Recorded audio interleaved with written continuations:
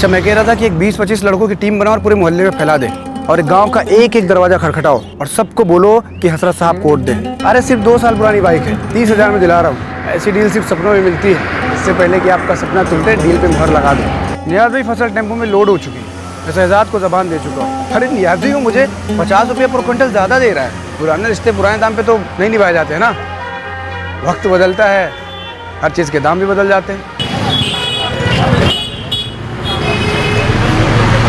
अरे अमजद वाह, क्या बात है। तो मुगले आजम के ज़माने का पंखा आखिर तूने चला ही दिया। लतीफ़ भाई, हर चीज़ चलती है, बस चलाने का तरीका आना चाहिए। अरे जब पढ़ा लिखा नहीं है तो इतना सब कर लेता है। कॉलेज गया होता ना तो आसमान में सैटेलाइट भेजता तू। लतीफ़ भाई, जिनका हौसला बुलंद होता है ना, सारा आसमान उनका होता है।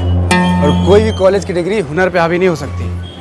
और हाँ, हुनर किताबों से नहीं, तजुर्बे से मिलता है।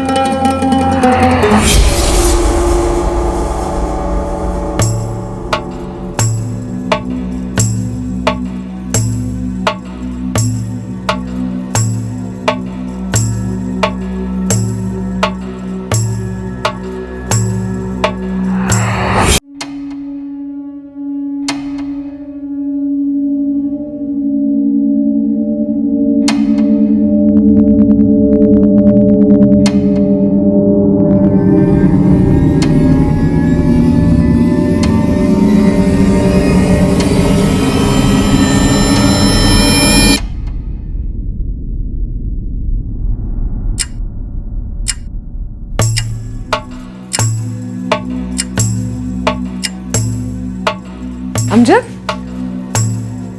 आज इतवार को कहाँ जा रहे हो? मीना, घर से बाहर जाने के वक्त टोका मत करो, और वैसे भी 10 बज चुके। हुमेरा, अरे लेट हो रहा है, चले नहीं तो मैं अकेले ही चले जाता हूँ। बस बस 2 मिनट मुख्तार, हो गया बस। अरे चलो अशरफ बेटा, जल्दी। आप आएंगे सोचकर अम्मी ने खास आपके वास्ते फिरनी बनाई है। अरे वाह, तो एक काम करना, डिब्बे में डालकर घर ले आना, काम से लौट कर खा लूंगा। आज कैसा काम जी? आज तो इतवार है। अरे इतवार तो हर हफ्ते आता है, लेकिन ऐसा ऑर्डर बार बार नहीं आता। वैसे भी 2 दिन लेट हो, इस पार्टी को ना पकड़ के रखना है। अब्बू, हाँ, आज शाम को मॉल चले? जो होमवर्क करेगा वही मॉल वॉल जाएगा। अरे आज कैसा काम जी? आज तो इतवार है। अरे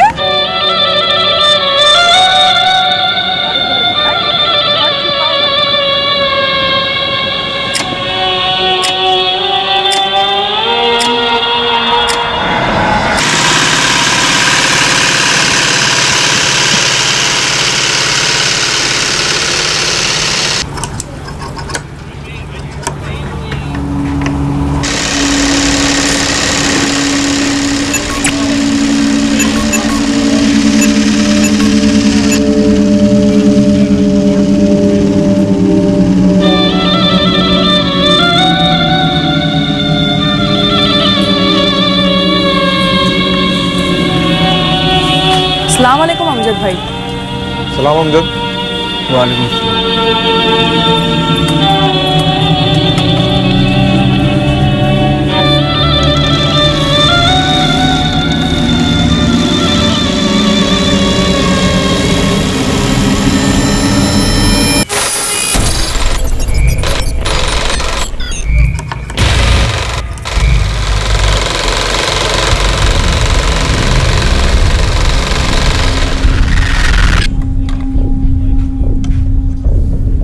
क्या हुआ अमजद भाई?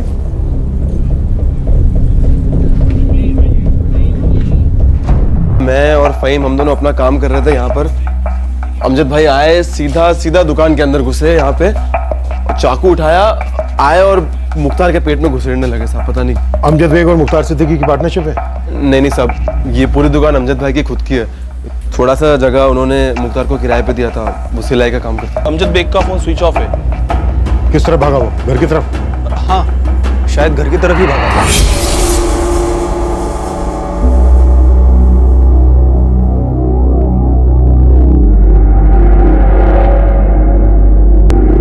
देख मीना, जल्दी बता दे कहाँ भागा है तेरा शौहर अमजद बेग। मैडम मैं आपको पहले ही बोल चुकी हूँ, मुझे नहीं मालूम। मैंने उनसे पूछा भी था कि क्या हुआ, लेकिन उन्होंने मुझे कुछ नहीं बताया। बहुत बहुत परेशान लग रहे थे वो। मैडम खून लगे कपड़े अंदर है, अलमारी भी खुली पड़ी है।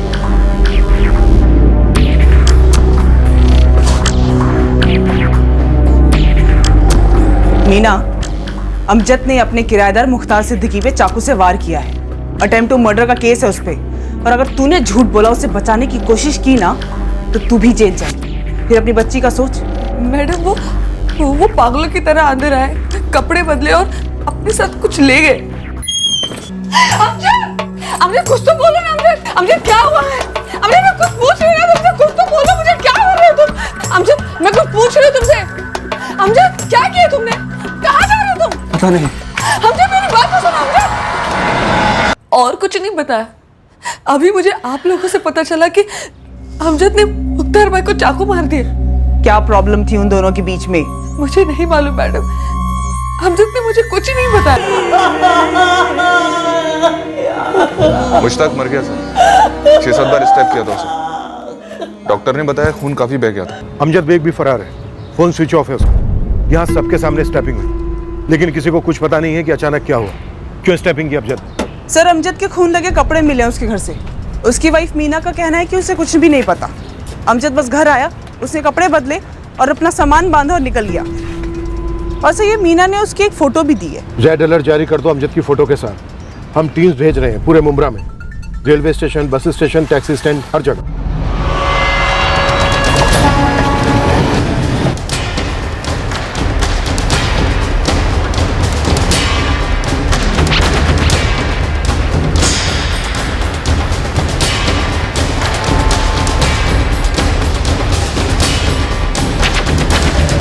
अच्छी खासी अपने बेटे को लेकर अपनी अम्मी के यहाँ जा रही थी मोमिनवाड़ी। फिर मेरे बेटे ने मुझसे जिद किया कि अब्बू की दुकान चलते हैं। मैंने कहा ठीक है। हम वहां पहुंचे दुकान में। फिर वहां जाने के बाद वो अमजद आया और उसने अचानक से मेरे पति को इतनी बेरहमी से मार डाला। क्या ये अमजद और मुख्तार के बीच में कभी पैसों को लेकर कोई मसला था? कभी कोई लड़ाई हुई थी? ये अमजद जब अपनी दुकान में दाखिल हुआ तब कोई तू मैं हुई थी? नहीं मैडम, ऐसा कुछ नहीं हुआ था। वो अमजद आया और उसने सलाम बोले, मैंने भी उसको सलाम बोला। वो अंदर गया और बाहर चाकू लेकर उसने मार डाला। तुम कह रही हो कि तुम्हें नहीं मालूम कि तुम्हारा पति कहाँ से बिलोंग करता है? नहीं मालूम साहब, हम लोग हुमायूं नगर में मिले थे, शादी कर ली। मैं उसकी तरफ के लोगों को मिली तक नहीं। चलो माना नहीं मिली, पर कुछ नहीं मालूम किसी का नाम, उनका पता, कम से कम गांव का नाम? उन्होंने कभी बताया नहीं और मैंने कभी पूछा नहीं साहब। 444578987 ये नंबर जो तूने अमजद को दिया, ये तो तेरे नाम पर रजिस्टर्ड है? हाँ साहब, 2 साल पहले जब मैं अमजद भाई के साथ काम पे लगा था तो उनके पास सिम लेने के लिए कोई पेपर नहीं था, तो मैंने अपने खोली के पेपर दे के उनके लिए सिम लिया था। जब उसकी अपनी खुद की दुकान है तो वो तेरी खोली के रेंट एग्रीमेंट का इस्तेमाल करता है खुद के सिम के लिए? क्या लगता है तुझे तेरे झूठ को हजम कर लेंगे हम? साहब मैं झूठ नहीं बोल रहा हूँ, आपने रिकॉर्ड्स देखे ना, अमजद भाई का सिम मेरे नाम और एड्रेस पर है ना। और तू फहीम, तू यहाँ कब आया? 1 साल पहले। साहब जब 2 साल पहले मैं अमजद भाई के साथ काम पे लगा था तो उनके पास रहने के लिए कोई जगह नहीं थी, इधर ही दुकान में सोते थे। उसके बाद मेरे साथ मेरी खोली पे रहने लगे। खोली किधर है तेरी? यहीं पास में साहब, हुमायूं नगर। वहीं पे उनको मीना भाभी भी मिली और फिर दोनों ने शादी मना ली। फिर वो मीना भाभी के साथ उनकी खोली में रहने लगे। उसके पास खुद की दुकान है लेकिन रहने का ठिकाना नहीं है।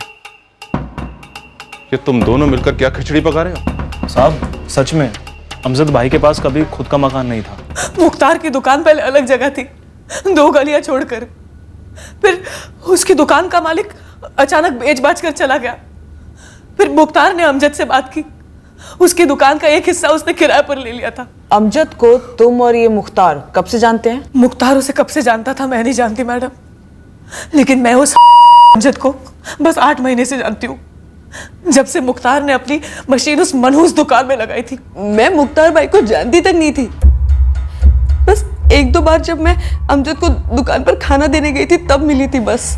अमजद ने मुख्तार को अपनी दुकान का एक हिस्सा किराए पर दिया था उसके टेलर के काम के लिए, और फिर एक इतवार की सुबह को उसके बीवी बच्चों के सामने, दूसरे लोगों के सामने उसका बेरहमी से कत्ल कर दिया।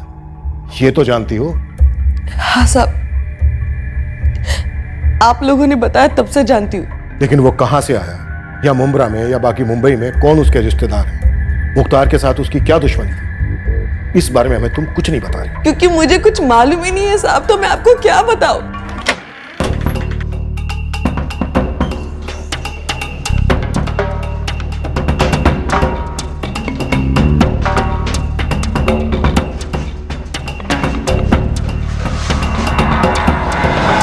अमजद भाई के रिश्तेदार? हमारा उनके साथ ऐसा कोई रिश्ता नहीं था साहब कि हम उनसे ये सब सवाल पूछें। या वो बताएं। कोई दूसरा नंबर है अमजद के पास? अभी है कि नहीं पता नहीं साहब, लेकिन 2 साल पहले जब मैंने उनको सिम ला के दिया था तब पहले से उनके पास एक फ़ोन था। क्या? थोड़ा जोर से बोला, आवाज़ नहीं आ रही। हाँ सब खैरियत है, वहाँ सब ठीक है ना? और वो पैसे मिले? वो वाला फोन नंबर नहीं है तेरे पास? नहीं है साहब, हमने कभी मांगा नहीं और उन्होंने हमें कभी दिया भी नहीं, कुछ ऐसी ज़रूरत ही नहीं पड़ी। साहब मुझे तो आज तक इस नंबर के बारे में नहीं पता था, अभी पता चला। साहब इस अमजद बेग के घर से तो कोई डॉक्यूमेंट्स नहीं मिले। दुकान के भी नहीं? नहीं सर। अब तू मुझे एक बात साफ बता, ये दुकान अमजद की ही खरीदी हुई है, उसकी खुद की है? हाँ साहब, ऐसे ही बोला था उन्होंने तो।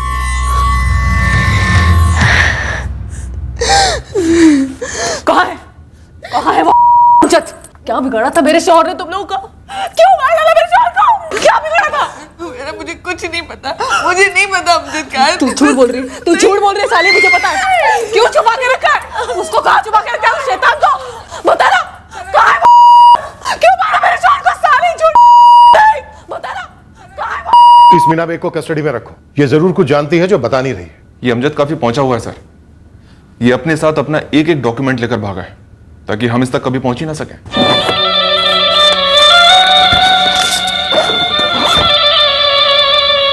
ये अटैक लगता तो है अचानक हुआ है, लेकिन अचानक कुछ नहीं हुआ है।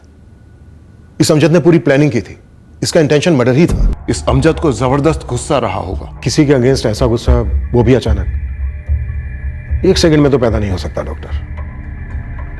उसे दुकान में घुसते ही ऐसा गुस्सा क्यों आया होगा? ये भी बहुत अजीब सा ही है सर कि अमजद के 2 सबसे करीबी, इसकी बीवी और इसका असिस्टेंट, इन दोनों के पास अमजद के पास्ट की एक भी डिटेल नहीं है। और एक बात सर, 2 साल पहले 2012 में इस अमजद ने मीना से शादी की, बट इस मीना की बेटी तो 8 साल की है, तो सर जाहिर है अमजद मीना का पहला पति तो नहीं है। इस मीना बेग को हिट दो, जो इन्फॉर्मेशन ये दबाकर बैठी है निकलवाओ। सर कदम, अमजद के आदमियों ने कहा था कि वो दुकान उसकी खुद की खरीदी हुई है। हरीश और फहीम ने तो ऐसा ही कहा है सर। रजिस्ट्रेशन ऑफिस में चेक करो, किससे खरीदी, एग्रीमेंट में एड्रेस क्या है, पूरी बैकग्राउंड निकालो इसका।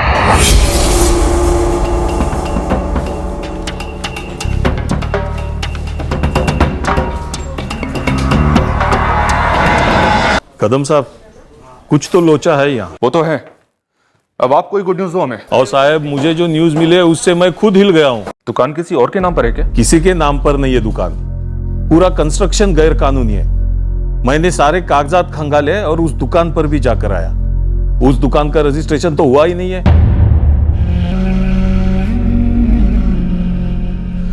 यार हरीश, मेरी फटी पड़ी है। साले मेरी कम फटी पड़ी है। क्या होगा मेरा? मैं ना कहीं खिसक जाता हूँ। सोचना भी मत, तू खिसक गया तो मेरे तो बम्बू लग गए ना।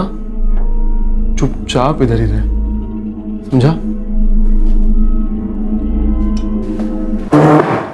मीना, तेरा शौहर अमजद इलेक्ट्रिशियन है ना? हाँ। शुक्र है, कुछ तो जानती है। मैं बस इतना जानती हूँ कि अमजद का कोई परिवार है, बाकी मुझे कुछ नहीं मालूम। ना मैं कभी उनसे मिली, ना कभी कोई बात हुई। मतलब एक दिन अचानक से आसमान फटा और ये अमजद आके तेरी गोदी में गिर गया। कुछ ऐसा ही समझ लो मैडम, मेरी आँख की कसम खाती हूँ, मुझे कुछ नहीं मालूम। ये रिया तेरे पहले पति से है?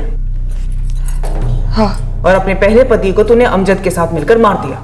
नहीं, ऐसा नहीं है। जब मैं अमजद को पहली बार मिली तब मेरा पहला शौहर बहुत बीमार रहता था।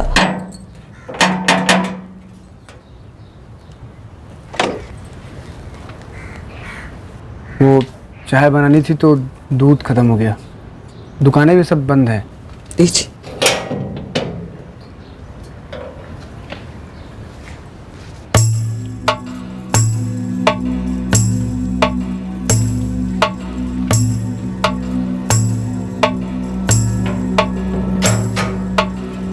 कल रात को भी ये आपके चीखने की आवाजें आ रही थी।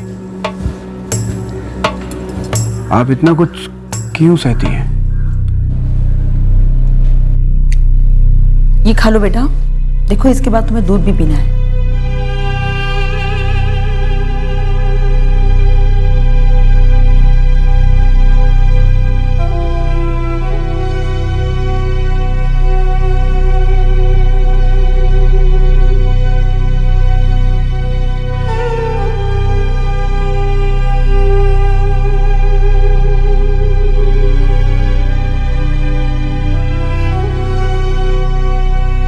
शराब पे इल्जाम लगा के कोई फायदा नहीं है मीना।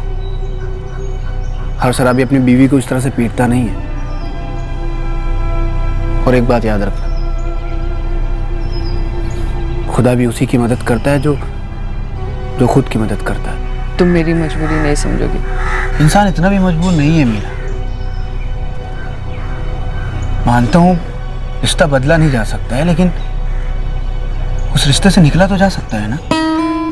मेरी रिया सिर्फ 4 साल की है अमजद। बहनों, इस रिश्ते से निकलोगी तभी बच्ची बुरी यादों को भूल पाएगी, वरना जिंदगी भर उसे सताएगी। इस रिश्ते से बाहर निकलोगी तो रास्ता अपने आप मिल जाएगा।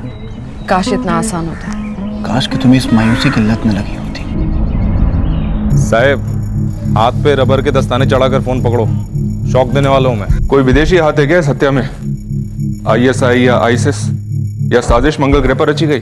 नहीं साहब, इतनी दूर नहीं, पर हाँ, मामला इंटरनेशनल जरूर है।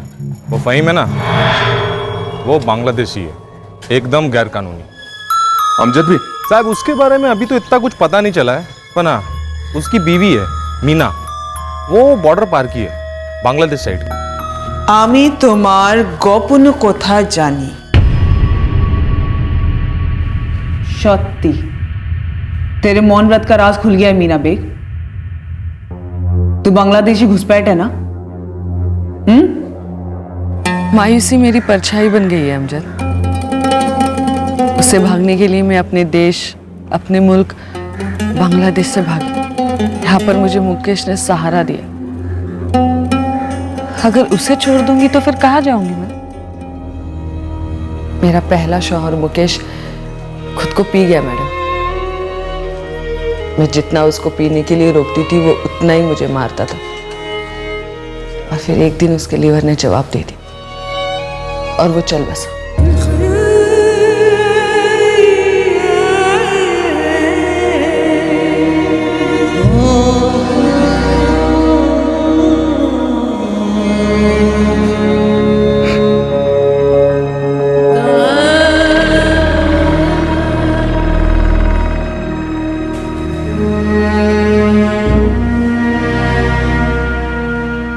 अगर मैं तुमसे ये कहूं कि मैं रिया को मेरी अपनी बेटी मानता हूं तो? अमजद, मैं खुद पर तरस खाती हूँ, इसका मतलब ये नहीं कि तुम भी मुझ पर तरस खाओ। तुमने कभी खुद से प्यार किया है? नहीं किया।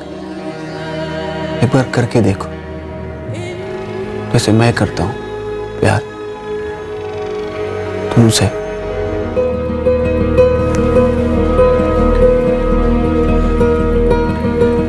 मीना, आज का दिन हमारी बाकी की जिंदगी का पहला दिन है। हम शादी जब भी करें पर सालगिरह आज के दिन ही मनाएंगे, ठीक है? मीना, अमजद भी तेरी तरफ बांग्लादेशी है ना? नहीं, मतलब मुझे पता नहीं, मैंने कभी उसे पूछा नहीं। देख मीना, हम जानते हैं कि तू और अमजद मिले हुए हैं और तुम दोनों बांग्लादेशी हो और तुमने मिलकर मुख्तार के मर्डर का प्लान बनाया और सारी दुनिया को ऐसे दिखाया कि सब कुछ अचानक से हुआ है, बल्कि ये प्लान तुमने पहले से ही बना के रखा था। तो फिलहाल ये बता कि मुख्तार से ऐसी भी क्या दुश्मनी थी कि तुम दोनों ने उसे मार दिया? नहीं मैडम, मैंने अपनी बच्ची रिया की कसम खाई और मैं फिर से कसम खाती हूँ, मुझे कुछ नहीं मालूम। मैं सच कह रही हूँ, मुझे कुछ नहीं पता। एक से एक बड़ा झोल है सर। अमजद का पहला नंबर ट्रेस नहीं हो रहा है। उसकी दुकान गैरकानूनी है, उसका असिस्टेंट फहीम गैरकानूनी विदेशी है, बांग्लादेशी, और उसकी पत्नी मीना भी वहीं की है। मीना अमजद को 2 साल पहले मिली, उनकी शादी हुई, लेकिन अमजद की तब दुकान सब सेट थी, तो जाहिर सी बात है अमजद यहाँ मुमरा में उसके पहले से रह रहा होगा। उसकी दुश्मनी भी मुख्तार के साथ तब की होगी या अभी उससे भी पहले की। ये मुख्तार भी बांग्लादेशी हो सकता है सर। और हो सकता है दुश्मनी भी वहीं की हो, पुरानी, कि अमजद वहां से यहाँ मर्डर करने के इरादे से आया हो, इतने साल इंतजार किया हो। कदम, इस मुख्तार की हिस्ट्री निकालो।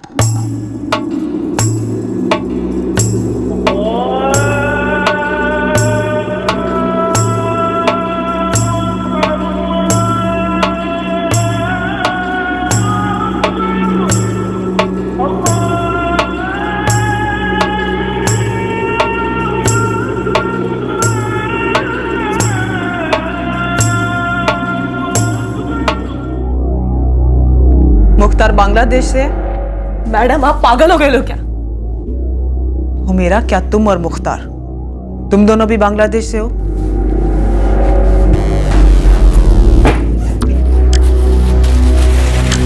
ये लो, ये लो, लो देख लो ठीक से, चाहे तो तपास लो, ये असली है, जैसे कि हम असली हिंदुस्तानी।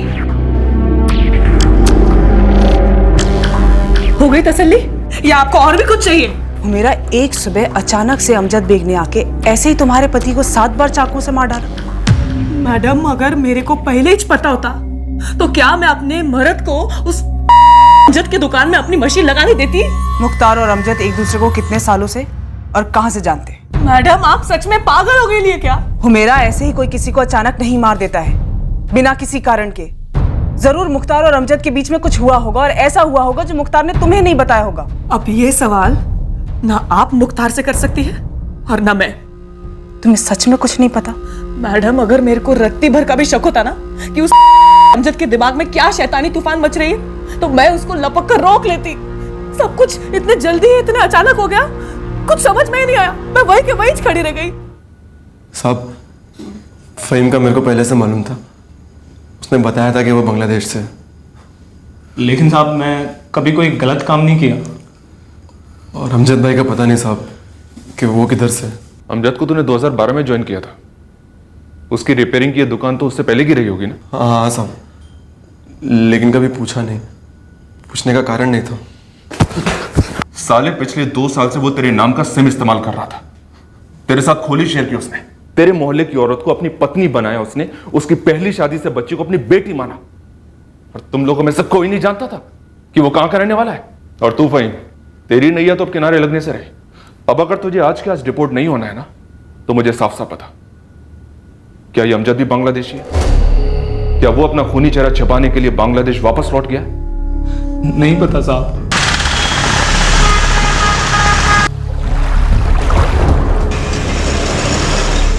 देख भाई याकूब, हमने अपने बांग्लादेशी सर्किट में एक से एक हैंडलर से बात किया है, पर किसी ने भी ये अमजद बेग नाम के किसी को ना तो उस पार से इंडिया लाया है और ना ही हाल ही में यहाँ से उधर ले गया है। अबे नाम में क्या रखा है बे?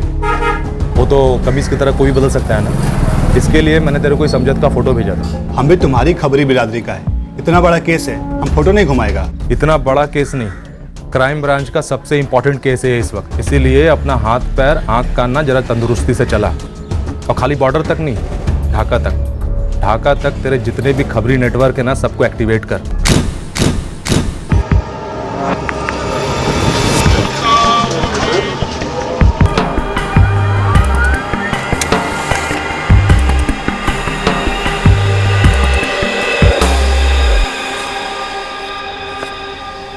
सब मोहल्ले में तो खामोशियां भी चीखती हैं। यकीनन किसी ने इस अमजद बेग और मुख्तार परिवार के बारे में कुछ नहीं सुना। आरती मायूसी की मूर्ति मीना एक नंबर की एक्टर लगती है मुझे। पता चले कि इसका मुख्तार के साथ कोई चक्कर था और इस वजह से अमजद का फ्यूज उड़ गया। सब मुख्तार की वीडियो हुमेरा भी कम ड्रामा क्वीन नहीं है, काफी चीख चिल्ला रही है, अमजद को गालियां दे रही है। सब पता चले इसका और अमजद का ही कोई चक्कर चल रहा हो और एक अरसे बाद दोनों का बसने का प्लान हो।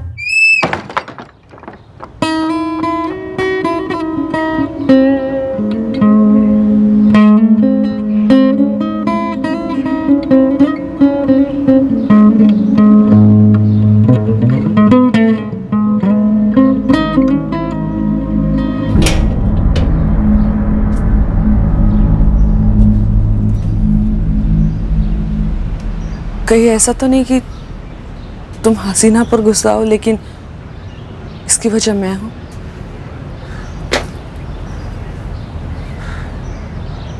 बोझ बन गई हूँ मैं, तुम्हारे रास्ते का कांटा बन गई हूँ।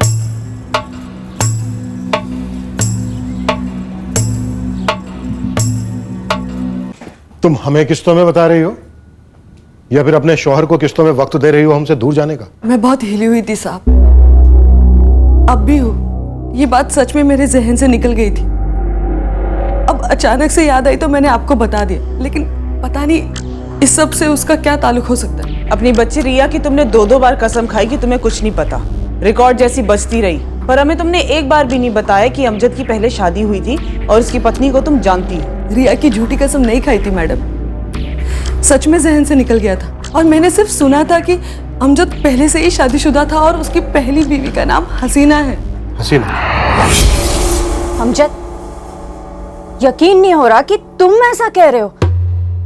ऐसा लग रहा है जैसे कोई बुरा सपना हो। हसीना, महर की रकम मैं अदा कर दूंगा, उसकी फिक्र मत करो तुम। लेकिन ये मीना, कौन है ये मीना?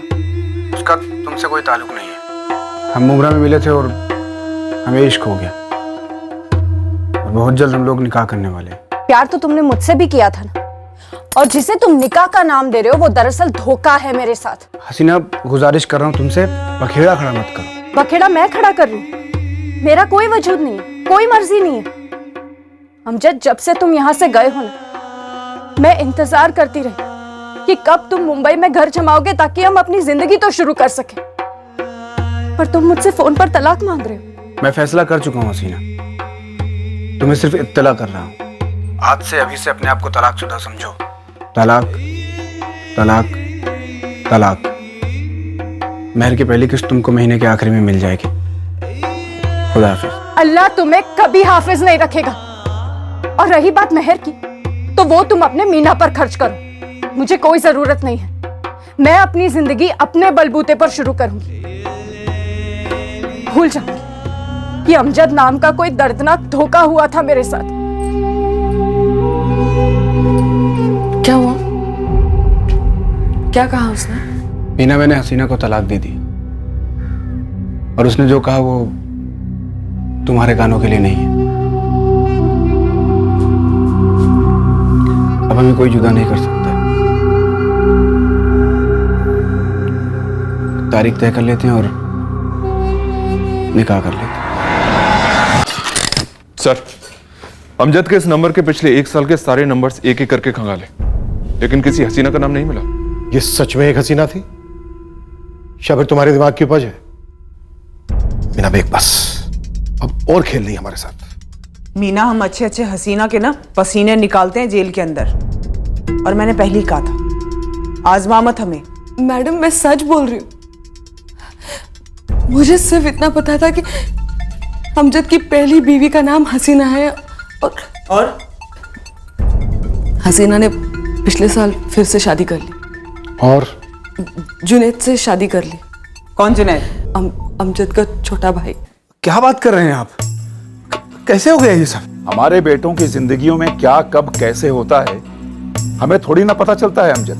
अब्बू, ये वक्त मुझे ताना मारने का नहीं है, बताइए मुझे कैसे हुआ ये सब? तुमने अचानक से उसे तलाक दे दिया, वो अपने घर मायके चली गई हमेशा के लिए, और हमारे पास दिखाने के लिए ना ही मुंह रहा और ना ही कहने के लिए कुछ जुबान। आज साहबजादे जुनैद आए और कहने लगे कि अब्बू, हमने हसीना से निकाह कर लिया है। पागल हो गए हो तुम जुनैद? कैसी बातें कर रहा है ये? अब्बू, चिल्लाने से कोई फायदा नहीं। मैं हसीना से निकाह कर चुका हूं, वो अब मेरी बेगम है। अब अगर आप लोगों को एतराज ना हो तो क्या मैं उसे घर ले आ सकता हूं? अरे तुम्हारे बड़े भाई की छोड़ी हुई औरत है वो। तो अब्बू, अमजद भाईजान ने उसे तलाक दे दिया था, मैंने उसका हाथ मांग लिया और उसने हाँ कर दी। और वैसे भी वो अमजद भाईजान की जागीर तो है नहीं ना। मिल गया जवाब, अब तो अलग से घर बसेगा।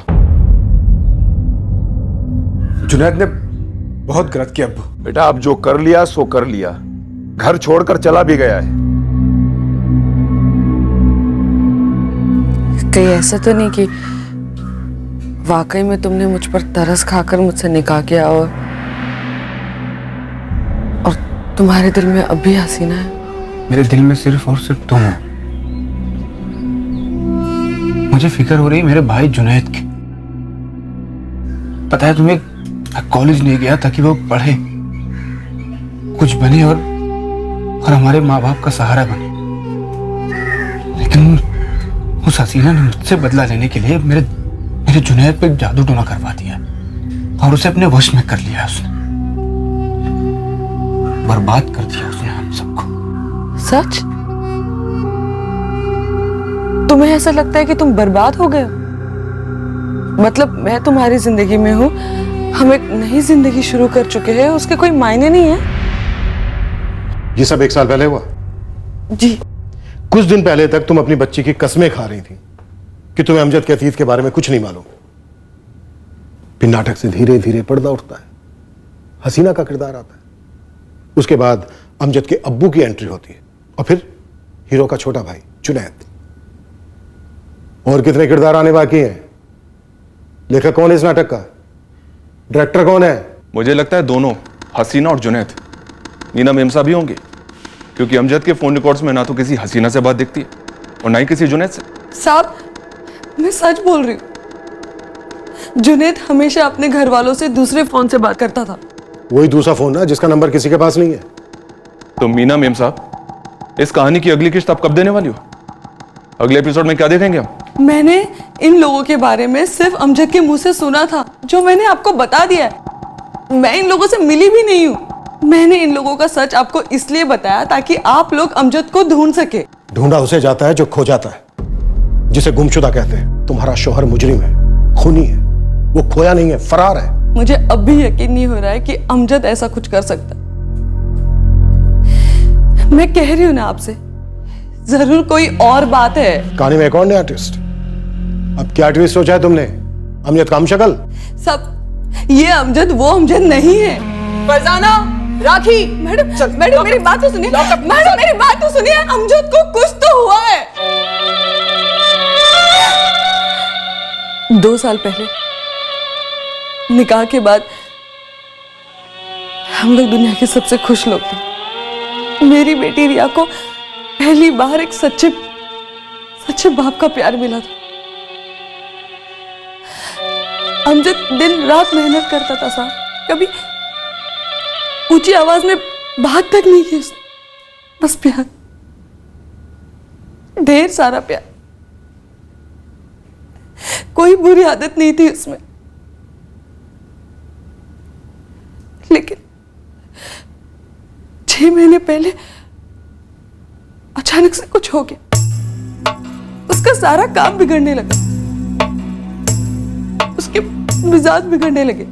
मुझे कुछ समझ में ही नहीं आ रहा था। सब हाथ जोड़ती अमजद को ढूंढ लेंगे। मैं खुद जानना चाहती हूँ कि उसने ऐसा क्यों किया। मैं कह रही हूँ ना आपसे, ये अमजद वो अमजद नहीं है। ये अमजद वो अमजद नहीं है।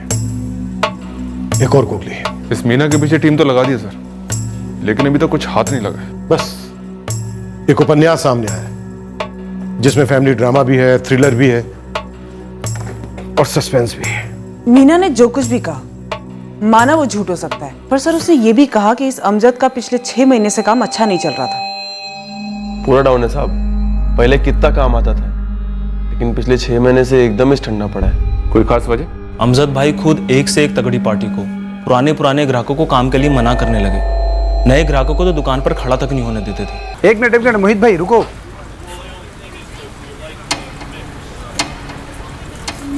ना मोहित भाई ये काम नहीं ले सकता मैं, माफ करना।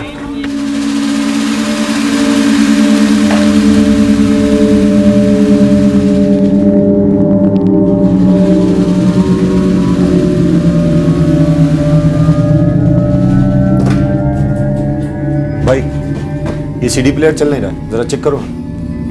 खोल के देखना पड़ेगा। हाँ। मत खोल हरीश, नहीं बनेगा वो। ले जाओ भाई, माफ करना। अरे अमजद भाई एक बार खोल के तो देख लूं। ना बोला ना हरीश भाई, नहीं बनेगा, आप माफ करने ले जाए।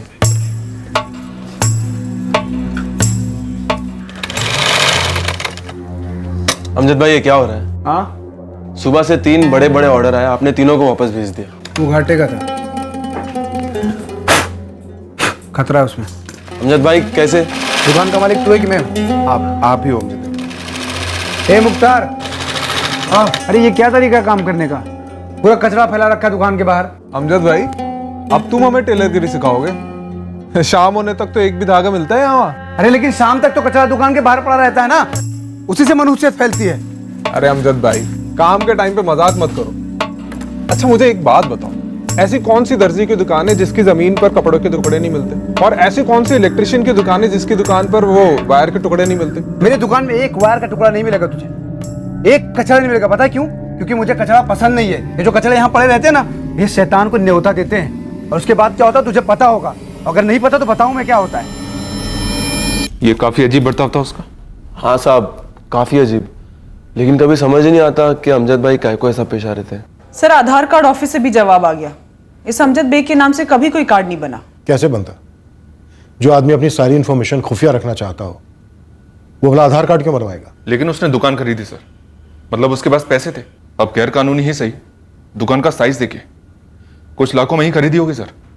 अमजद बेग है क्या? सरेआम एक मर्डर करता है। वो 6 महीने से परेशान था। सर 3 महीने हो गए हैं और हमारे हाथ कुछ भी नहीं लगा, ना अमजद बेग के बारे में, ना इस कत्ल के मोटिव के बारे में। इस मुख्तार सिद्दीकी की बैकग्राउंड की क्या रिपोर्ट है? क्लीन है सर, कोई क्रिमिनल रिकॉर्ड नहीं था, ईमानदार आदमी था, और पिछले 15 साल से मुंब्रा में दर्जी का काम कर रहा था।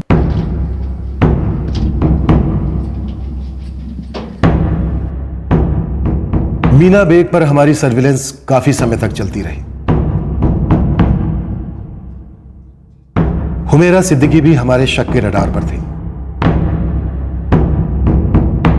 हमारी मॉनिटरिंग नॉन स्टॉप चलती रही। दूसरे केसेस अब प्रायोरिटी जोन में आ गए थे, लेकिन अमजद बेग केस पर काम बिना रुके चलता रहा। पर वक्त के साथ अमजद बेग का केस धीरे धीरे बैक बर्नर पर चला गया।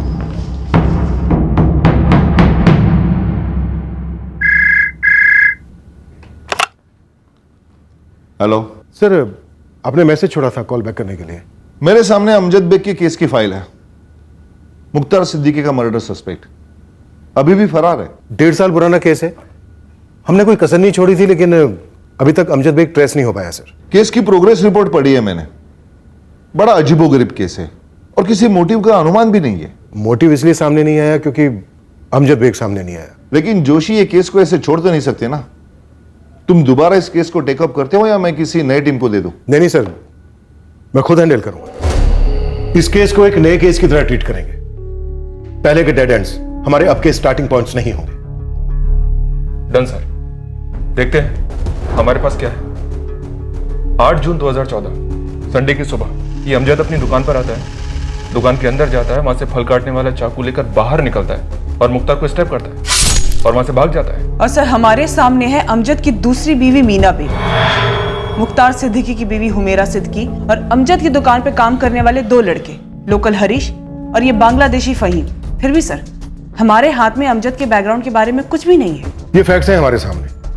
फिर ऐसी इंफॉर्मेशन भी हैं जिनका प्रूफ नहीं है, और वो ये कि अमजद की एक पहली बीवी थी हसीना बेग, जिसको उसने फोन पर तलाक दिया था, और उसका दूसरा नंबर जिससे वो बात करता था जो ट्रेसेबल नहीं है, और उसी फोन से उसने अपने अब्बू से बात की थी जब उसे यह पता चला था कि उसकी पहली पत्नी हसीना ने उसके छोटे भाई जुनैद से शादी कर ली, जिसको लेकर वो काफी परेशान हुआ था।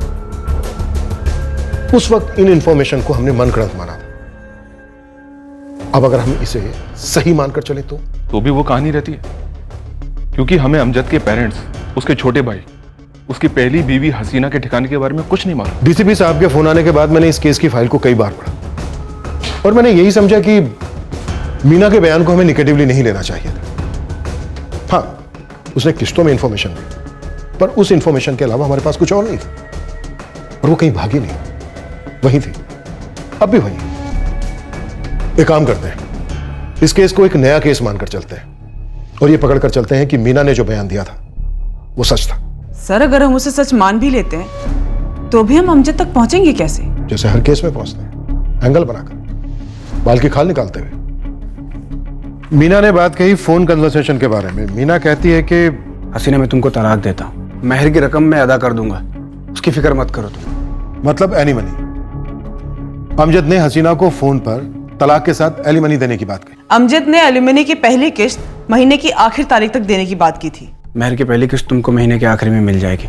इसका मतलब सर वो पैसे ट्रांसफर करने वाला था किसी भी तरह। करेक्ट। लेकिन सर उस वक्त मैंने मुमरा के तकरीबन हर बैंक में क्रॉस चेक किया था, उसका किसी भी बैंक में कोई अकाउंट नहीं मिला। पैसे कैश भी तो ट्रांसफर होते हैं ना। मतलब सर वो पैसे ट्रांसफर करने वाला था किसी भी तरह। राइट। अब अंधेरे में फायर करते हैं और खगालते हैं कि इस अमजद ने किसको और किस तरीके से पैसे ट्रांसफर किए। रिकॉर्ड क्यों नहीं होगा? पोस्टल डिपार्टमेंट है हमारा, यहां हर चीज का रिकॉर्ड रखा जाता है। अब 4-5 साल पहले भेजा गया मनी ऑर्डर काफी भारी फाइलों के बीच होगा कहीं, पर होगा जरूर। आप थोड़ा सा समय दो, अगर है तो मिलेगा जरूर।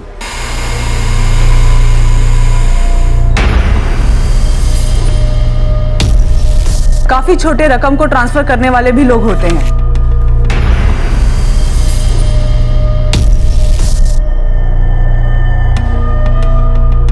कदम, आरती, कॉन्ग्रेचुलेशन। ये हसीना बेग नाम की औरत मनगढ़ंत नहीं है। अब पता करते हैं कि अमजद का मुख्तार को मारने का असली कारण क्या था, और ये अमजद 99% हमें यहां मिलेगा। Somapur, Azamgarh, Uttar Pradesh. Brilliant breakthrough sir.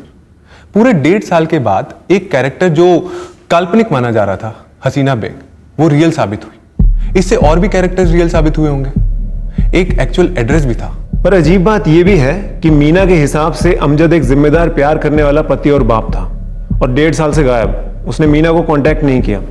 तो जब आप लोग यूपी आजमगढ़ पहुंचे, क्या आप लोग अमजद को वहां एक्सपेक्ट कर रहे थे?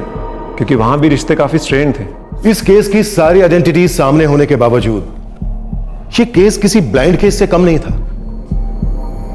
पर अब हमारे हाथ एक तगड़ी लीड लगी। हम पहुंचे यूपी आजमगढ़। हमें नहीं मालूम था कि सोमापुर गांव से हमें क्या मिलने वाला था, कौन मिलने वाला था, लेकिन हाँ, हम ये तय कर गए थे कि अमजद बेग को साथ लेकर लौटेंगे। और रही बात मोटिव की, तो मोटिव ना जर, ना जोरू, ना जमीन। मोटिव था घड़ी।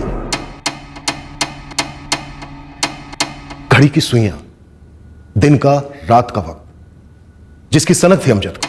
हमें लगा हम इस केस को क्लोज करने के काफी करीब पहुंच गए हैं, पर घड़ी की सुइयों की अपनी मर्जी थी, वक्त का अपना तकाजा था।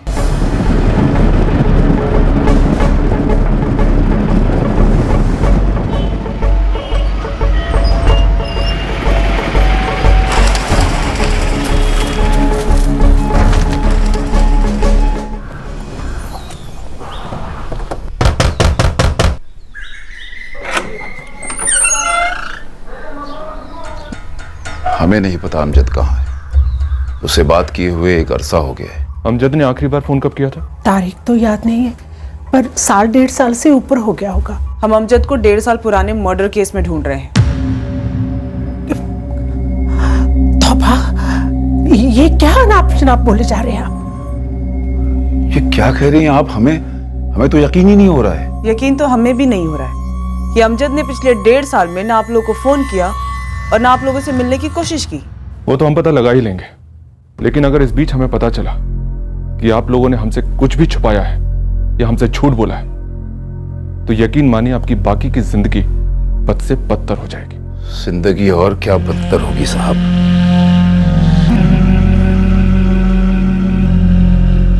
वैसे भी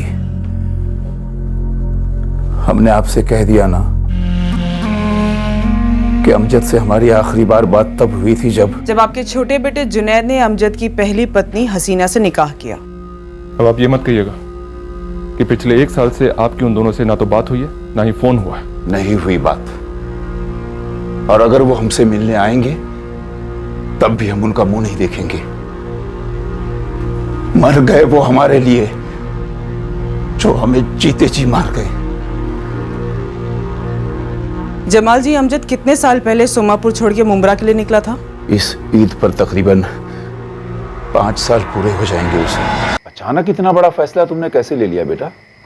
हाँ बेटा, और इसकी जरूरत क्या है? सब कुछ तो अच्छा चल रहा है, जमीनें हैं अपनी, जुनैद इतनी अच्छी पढ़ाई कर रहा है, और माशाल्लाह तुम्हारा काम भी अच्छा चल रहा है।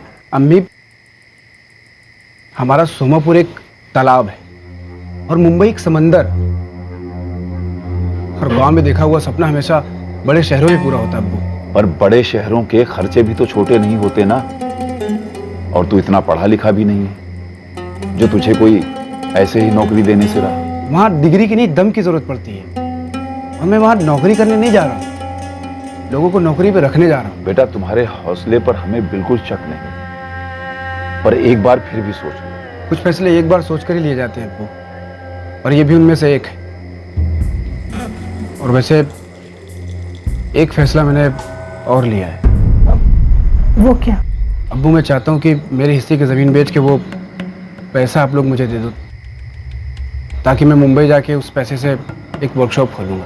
भाईजान, बहादुरी और बेवकूफ़ी, इसके बीच की लकीर ना बहुत पतली होती है। जुनैद, हाथ की लकीरों पे यकीन करने वाले लोग ना तो बहादुरी का नशा कर पाते हैं और न ही हार के कुछ सीख पाते हैं। भाईजान, ये सब बोलना बहुत आसान होता है, करना नहीं। फिर गलत छोटे, बोलना भी करना होता है और सोचना भी करना होता है। बस डरना ये जिंदगी में कभी नहीं करना होता है। हौसलों से भरा हुआ था हमारा अमजद जब वो यहां से मुंबई गया था।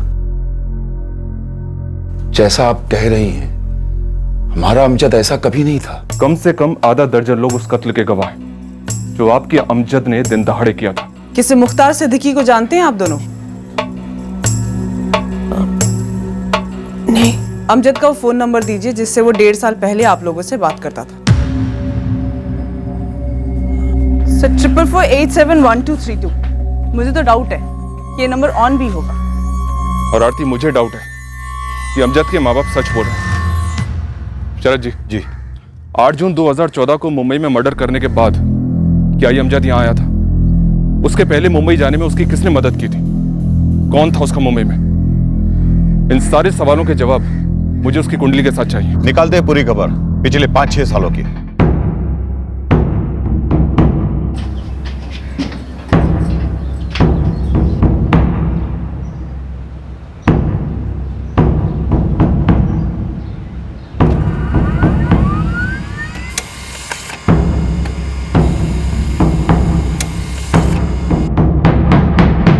मीना के रिकॉर्ड्स में भी ऐसा कोई सस्पिशियस नंबर नहीं मिला है जिससे लगे कि मीना अमजद के साथ टेलीफोनिक टच में है। सर, यहाँ लोकल पुलिस ने खबरी नेटवर्क एक्टिव कर दिया है। मुझे पूरा यकीन है सर, मर्डर करने के बाद वो यहाँ जरूर आया होगा। हसीना की क्या खबर? उसके मायके का एड्रेस मिला है सर, यहाँ से 40 किलोमीटर दूर। आरती गई है वहां पर।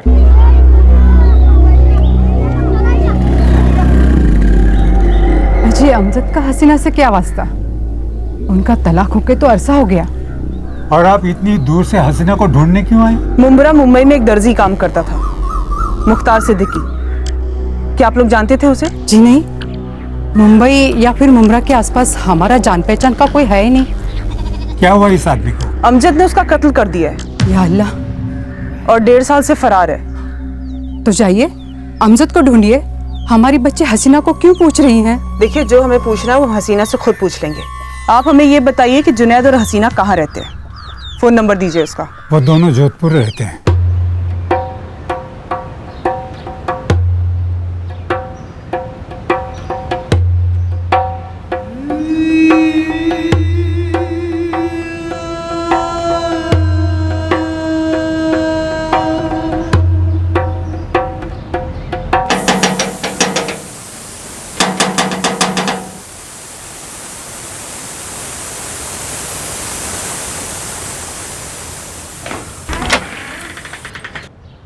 कहाँ है तेरा शौहर? अमजद बैग कहाँ है? मुझे नहीं पता हूँ मेरा। उसे मारना तो तुझे चाहिए था ना? उसने मेरे शौहर को क्यों मार डाला? उसकी क्या गलती थी? तूने बाहर जाके मुंह मारा, मेरे मुख्तार के साथ चक्कर चलाया। अमजद ने तुझे रंगे हाथ पकड़ लिया होगा। मेरा नहीं तो कम से कम मरहूम मुख्तार भाई का तो लिहाज किया होता। फिर क्यों? क्या हुआ था उन दोनों के बीच मीना? मुझे नहीं मालूम मेरा। जितना तुम्हें पता है उतना ही मुझे पता है, और उतना ही मैंने पुलिस को बताया। अमजद ने मेरे बच्चे अशरफ को लावारिस बना दिया मीना। मेरी रिया का हाल कुछ अलग है क्या मेरा? जिस दिन से तुमने और अशरफ ने मुख्तार भाई को आखिरी बार देखा, उसी दिन से मैंने और रिया ने अमजद को नहीं देखा। 1.5 साल से भी ऊपर हो गया है। वो अभी भी तुझे फोन करता है ना? छुप छुप कर आकर मिलता है ना तुझे? ऐसा कुछ नहीं है। झूठ झूठ बोल रही है तू। तूने उसे छुपा कर रखा है। बता बता, कहाँ है वो?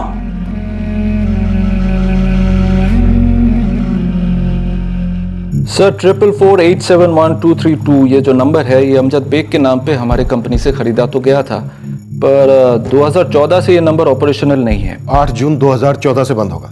जी बिल्कुल सही सर। वैसे तो हमारे यहाँ पे 1 साल के ऊपर का नंबर्स का डेटा स्टोर नहीं करते हैं, और ये तो 1.5 साल से डीएक्टिवेटेड है। अगर आपकी कंपनी चाहे तो 1.5 साल तो क्या, पिछले 5 साल का डेटा रिट्रीव कर सकती है। आप हमें प्लीज अमजद के 1.5 साल की डिटेल्स दीजिए।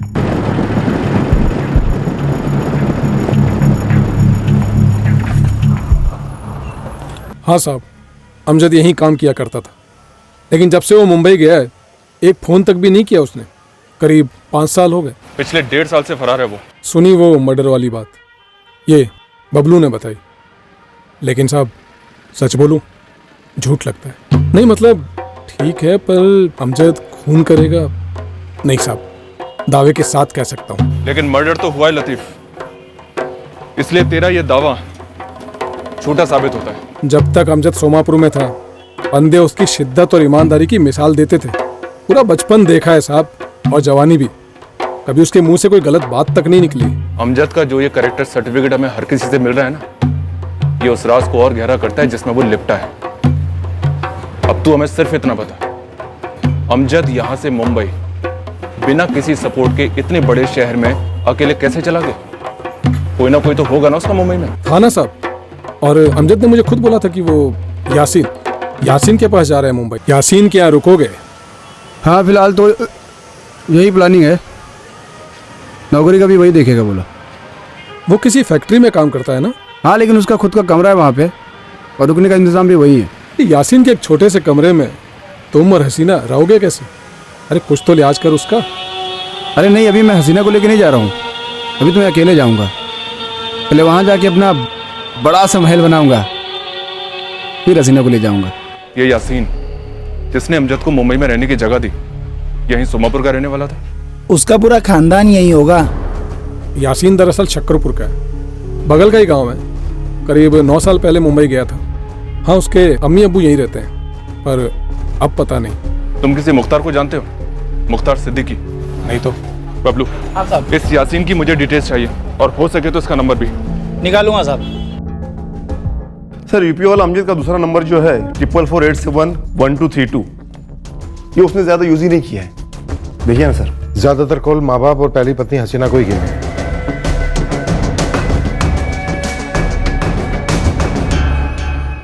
मतलब तुम दोनों की पिछले 1.5 साल से अमजद से बात नहीं हुई? नहीं। फोन पे भी बात नहीं हुई? जब रिश्ता ही नहीं रहा तो बात करने से क्या फायदा? मुख्तार सिद्दीकी से तुम्हारा क्या रिश्ता था हसीना? कौन है ये मुख्तार सिद्दीकी? वही जिसका अमजद ने दिन दहाड़े मर्डर कर दिया है। मर्डर? क्यों मारा होगा? वो तो अमजद को ही पता होगा ना मैडम। लेकिन उसकी दुश्मनी तो तुम दोनों से थी। ये आपसे अमजद ने कहा? पिछले 1.5 साल से तुम लोग उससे मिले हो या नहीं? नहीं मिले मैडम। जब से अमजद भाईजान और हसीना का तलाक हुआ है, मैं तो तब से नहीं मिला। और मैं तो उससे भी पहले। आखिरी मुलाकात तब हुई थी जब वो मुंबई के लिए रवाना हुआ था। मैं रह लूंगी ना, कैसी भी हालत में रह लूंगी, बस तुम साथ रहो। अरे ऐसे कैसे किसी भी हालत में रख लेंगे तुमको? पागल हो क्या?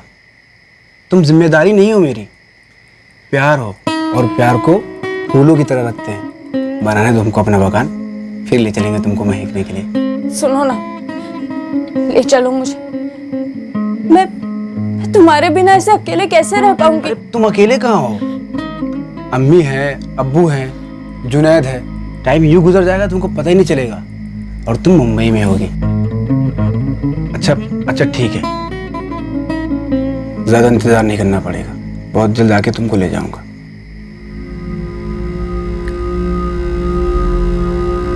मैं इंतजार करती रही कि वो आएगा और मुझे मुंबई ले जाएगा। महीने के महीने पैसे जरूर भेजता था, पर कभी लेने नहीं आया। और फिर एक दिन अमजद ने मुझे फोन पर तलाक दे दी। और उसे ये बात हजम नहीं हुई कि तुमने उसी के छोटे भाई जुनैद से शादी कर ली। मैडम, तलाक अमजद ने दिया, उस मीना से निकाह उसने किया, और बुरे हम दोनों हो गए, जिसका इस सब से कोई ताल्लुक नहीं है। देखिए मैडम, हमारा यकीन कीजिए, हमारे निकाह के बाद से हमारा अमजद भाईजान से कोई लेना देना नहीं।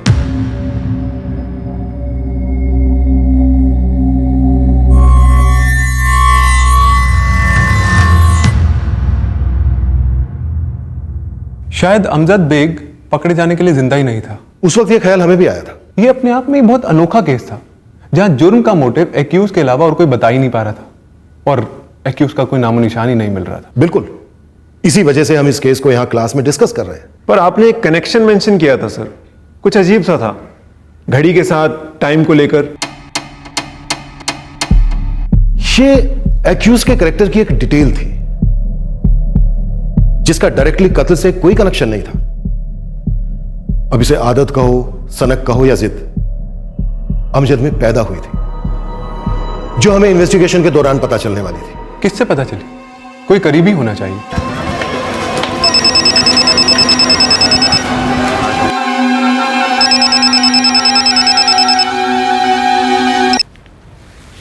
हेलो, यासीन शेख। हाँ जी बोल रहा हूँ। साहब आप पिछले 1.5 साल से अमजद को ढूंढ रहे हैं,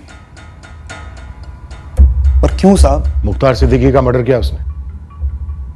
जानते हैं मुख्तार सिद्दीकी को? मुमरा का दर्जी। मैं किसी मुख्तार को नहीं जानता था, पर साहब अपना अमजद ऐसा क्यों करेगा? ये तो अमजद ही बताएगा। कहाँ है वो? पिछले 1.5 साल से तो हम मिले भी नहीं है, हमारी तो कोई बात भी नहीं हुई है। 8 जून 2014 को अमजद ने अपनी ही दुकान पर मुख्तार का कत्ल किया। और उसके बाद वो तुम्हारे पास आए ही नहीं, जबकि सिर्फ तुम ही कैसे आदमी हो जिसने उसे मुंबई में रहने का सहारा दिया था। दिया तो था साहब, पर साहब शायद वो मुझसे मिलने आया था साहब। इस शायद का क्या मतलब? या तो वो मिलने आया होगा या मिलने नहीं आया होगा। आया था साहब, शायद इसलिए क्योंकि 8 जून 2014 ही शायद वो तारीख थी जब वो मुझसे मिलने आया था साहब।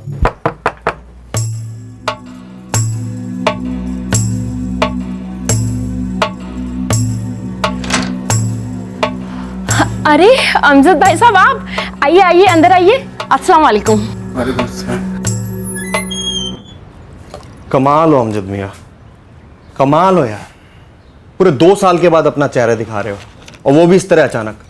तुम तो वाकई के हित के चांद हो गए भाई। अरे नहीं यासीन, वो वक्त गुजरता रहा, काम जमाने में बहुत ज्यादा मसरूफ हो गया था। अरे हसीना को लेकर आइए कभी खाने पर। वो यहाँ नहीं है, गांव में है। ऐसा क्यों भाई साहब? इतने टाइम से आप अकेले रह रहे हैं? सुनने में आया था तुम्हारा दुकान धंधा सब कुछ जम चुका है, तो फिर हसीना अभी भी गांव में क्या कर रही है? कुछ नहीं, वो ऐसे ही। अमजद यार कुछ तो मसला है, तुम इतने उखड़े उखड़े क्यों लग रहे हो? कहाँ? नहीं तो बस ऐसे ही।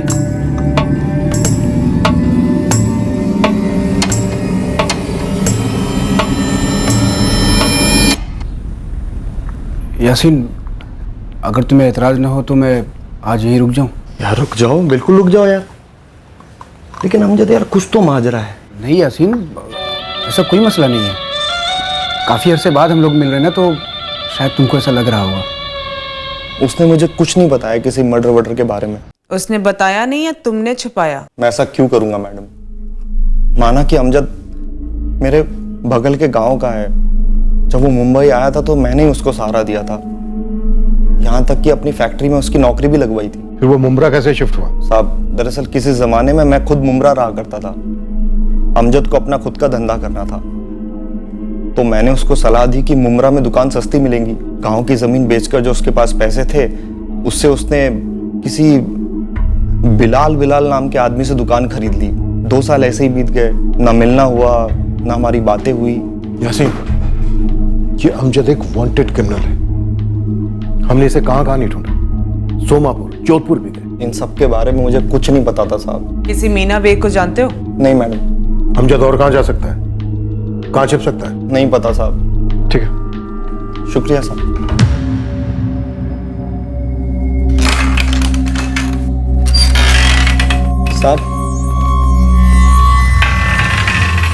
साहब एक बात थी जो आपको पता होनी चाहिए। बोलो। थोड़ी अजीब है। यासीन, मैं आज और रुक सकता हूँ क्या? अमजद यार तेरा ही अपना घर है, तुझे जब तक रुकना है तब तक रुक। मैं कल तो चला ही जाऊंगा, बस आज के दिन ही। अमजद कोई परेशानी है क्या? नहीं, ऐसे ही बस। और वो अगले दिन निकल गया। 8 जून की दोपहर को वो आया और 10 जून की सुबह निकल गया। जी। कुछ अजीब बात बोल रहे थे तुम। साहब वो 10 जून की सुबह को भी जाने से झिझक रहा था। क्यों? वो निकलते निकलते अचानक से रुक गया।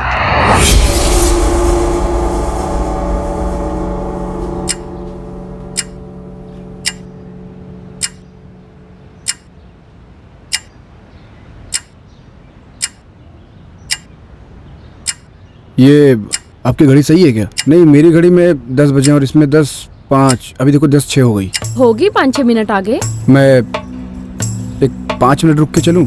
अमजद, इसमें पूछने की क्या बात है? बैठो। मैं एक चाय बना के ले आती हूँ। नहीं नहीं भाभी जी, आप चाय मत बनाइए। चाय बना के पीने में करीब 10 मिनट लग जाएगा और मैं 4 मिनट में निकलूंगा। और ठीक 4 मिनट के बाद वो चुपचाप चला गया। इस बर्ताव की कोई खास वजह? नहीं पता साहब, लेकिन साहब सब कुछ अजीब था। उसका अचानक से 2 साल बाद मेरे घर में आ जाना, वो भी बिना फोन किए। उसकी बातें, उसकी चुप्पी, उसकी हरकतें सब अजीब थी साहब। लेकिन साहब मुझे अभी भी यकीन नहीं होता है कि अमजद मेरे घर खून करने के तुरंत बाद आया था। इसमें कोई दो राय नहीं है कि अमजद ने मर्डर किया। अगर तुम उसके सच्चे दोस्त हो, एक सच्चे इंसान हो, तो उसे पकड़वाने में हमारी मदद करो। जरूर करूंगा साहब। कोई जाबाज कहता है, कोई मेहनती, कोई ईमानदार, तो कोई सनकी। आखिर ये अमजद बेग है क्या सर? कत्ल से 6 महीने पहले के अमजद के बारे में हमने जिन जिन से बातें की, मीना, हरीश, फहीम और अब ये यासीन, और जब भी हम आपस में बात करते हैं सबके मुंह से बस यही 2 शब्द निकलते हैं, अजीब और अचानक। अजीब बर्ताव, अचानक कत्ल, फिर यासीन के अजीब बर्ताव। उसकी सनक, उसका गुस्सा, टाइम को लेकर। इन दोनों में कनेक्शन जरूर है कोई। टाइम को लेकर? हाँ। वो परेशान रहते थे लेकिन कभी कुछ बताया नहीं साहब।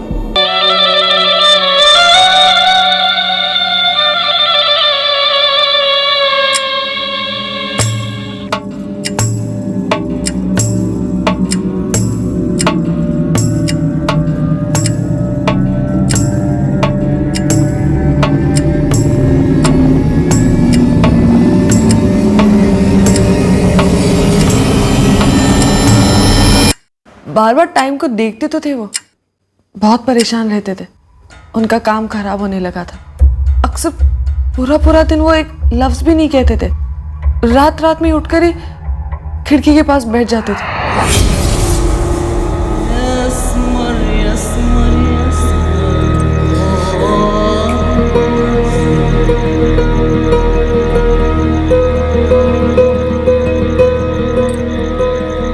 कब से होने लगा था ये?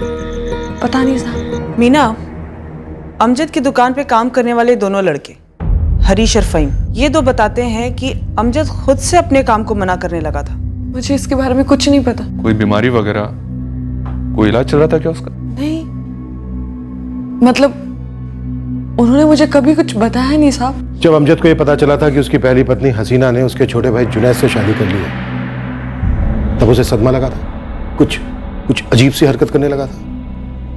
हाँ, उन्हें बहुत गुस्सा आया था, लेकिन सदमा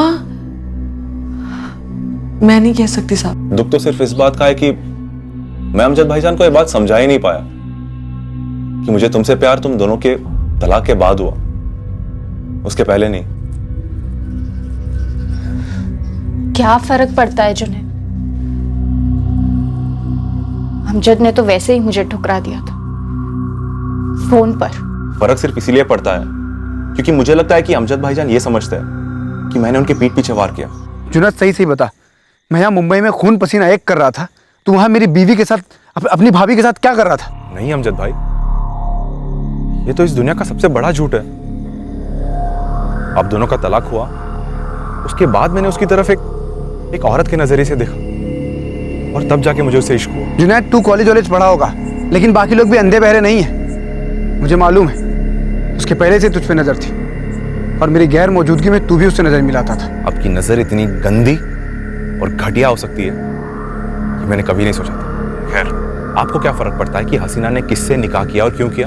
आपने सबसे पहले उससे शादी तोड़ी, उसे छोड़ दिया, उसे ठुकरा दिया, उसके बाद किसी और लड़की से निकाह किया, तो फिर आपको क्या हक बनता है ये सब सवाल पूछने का? मेरे भाई, मैं हक हसीना पे नहीं, अपने भाई पे जता रहा हूँ। हसीना ने तुमसे शादी करके तुमको फंसाया है मुझे जलाने के लिए, और तुमने उससे शादी करके बहुत बड़ी बेवकूफ़ी की। हाँ, की मैंने बेवकूफ़ी, लेकिन आपने उसे ठुकरा कर उसके साथ बेवफाई की थी। अब आप ही बताइए, गुनाह क्या होता है, बेवकूफ़ी या फिर बेवफाई? अबे अम्मी अब्बू की इज्जत उछालना, उनका पढ़ा लिखा सहारा बनने के बजाय उनसे अलग हो जाना, ये बेवकूफ़ी है कि गुनाह है? अमजद ने मुझे छोड़ा, तुमने मेरे लिए अपने अम्मी अब्बू को छोड़ा, हम दोनों ने अपना गांव छोड़ा। ये सारी बातें अब पीछे छूट चुकी है, हमें आगे देखना चाहिए। क्या अमजद भाईजान ने हमारी वजह से कत्ल किया होगा? जुनैद, उसने जो किया वो उसका भुगतेगा, और उसे भुगतना भी चाहिए। हमें उससे क्या लेना देना। शबाना,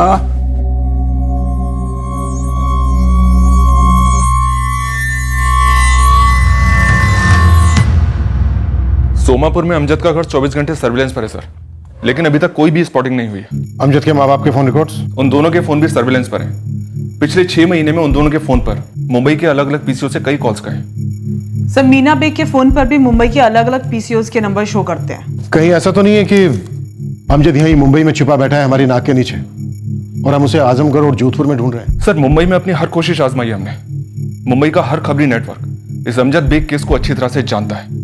शहर में पोस्टर चिपके इसके, news media, print media, social media, हर तरह की कोशिश करके देख लिया हमने सर, मीना बेग और हुमेरा सिद्दीकी, इन दोनों पे सर्विलेंस जारी है। बस ये अमजद बेग हमारे हाथ में। 2 साल हो गए होंगे अब तक जब अमजद ने मुख्तार को मार डाला था, और ना अमजद हाथ में था ना कत्ल का कारण। इस अमजद के बारे में आप लोगों ने हर किस्म की डिटेल इकट्ठा की, पूरी history, geography, psychology, economics, everything, पर वो नहीं मिला। सर, क्या वो कभी नहीं मिला? उत्तर प्रदेश में हमने उसकी फैमिली और दोस्तों पर लगाम कस के पकड़ रखी थी, क्योंकि हमें मालूम था कि कोई उनमें से एक तो है जो झूठ बोल रहा है। बस अब हमें इंतजार था कि कब अमजद हमारे हाथ लगेगा। ये वेटिंग गेम फ्रैंकली हद से ज्यादा लंबा चला। फिर मुंबई में अमजद की स्पॉटिंग की खबरें आने लगी, और हर बार यह चीज एक अंधी गली में एंड होती, और आखिरकार अमजद हमारे हाथ लगा। ऐसे लगा, इतनी जल्दी लगा, जो अचानक भी था और अजीब भी, ठीक अमजद की तरह।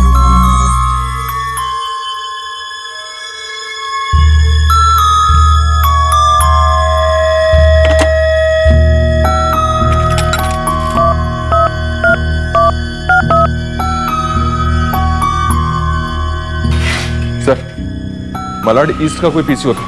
मलाड ईस्ट? मलाड ईस्ट में वो कहाँ हो सकता है? कौन है वहां? पता नहीं साहब, उसने कुछ बताया नहीं, बस इतना कहा कि वो थक गया है। हेलो यासीन। अमजद? यासीन, मैं थक गया हूँ यार। तू है कहाँ अमजद? यासीन, मेरी मदद करो भाई, मुझे मालूम है कि पुलिस मुझे ढूंढ रही है, और तुम्हें भी पता होगा कि मैंने कितना बड़ा गुनाह किया है। ऐसा क्यों किया अमजद तुमने? यासीन, पुलिस मेरी खाल उधेड़ देगी ना। पुलिस तुम्हें पिछले 2 सालों से ढूंढ रही, तुम सरेंडर कर दो, वो लोग तुम्हें छुएंगे भी नहीं। सर, हमने मलाड ईस्ट के उस पीसीओ के आसपास अपने आदमी लगा दिए। अगर बाई चांस अमजद वहां लौटा तो मलाड ईस्ट की खबरों को भी एक्टिव कर दिया है। यासीन, देखो, उसने तुमसे कांटेक्ट किया है, मतलब भरोसा करता है तुम पर, वो तुमसे दोबारा भी कांटेक्ट करेगा। ओके? जी साहब। और साहब, इस बार मैं उसका पता लगा कर रहूंगा। अभी तुम जा सकते हो।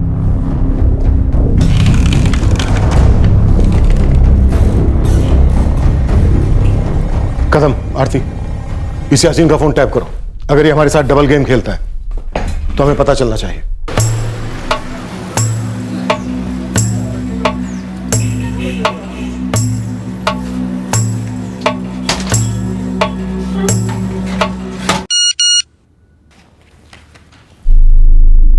आरती, मुंबई के ही किसी पीसीओ से कॉल है, यासीन के सेल पर बज रहा है। इस पीसीओ का लोकेशन पता करो। देख अमजद, पुलिस अब मेरे पीछे पड़ गई है। वो अच्छी तरह से जानती है कि तुम मेरे दोस्त हो।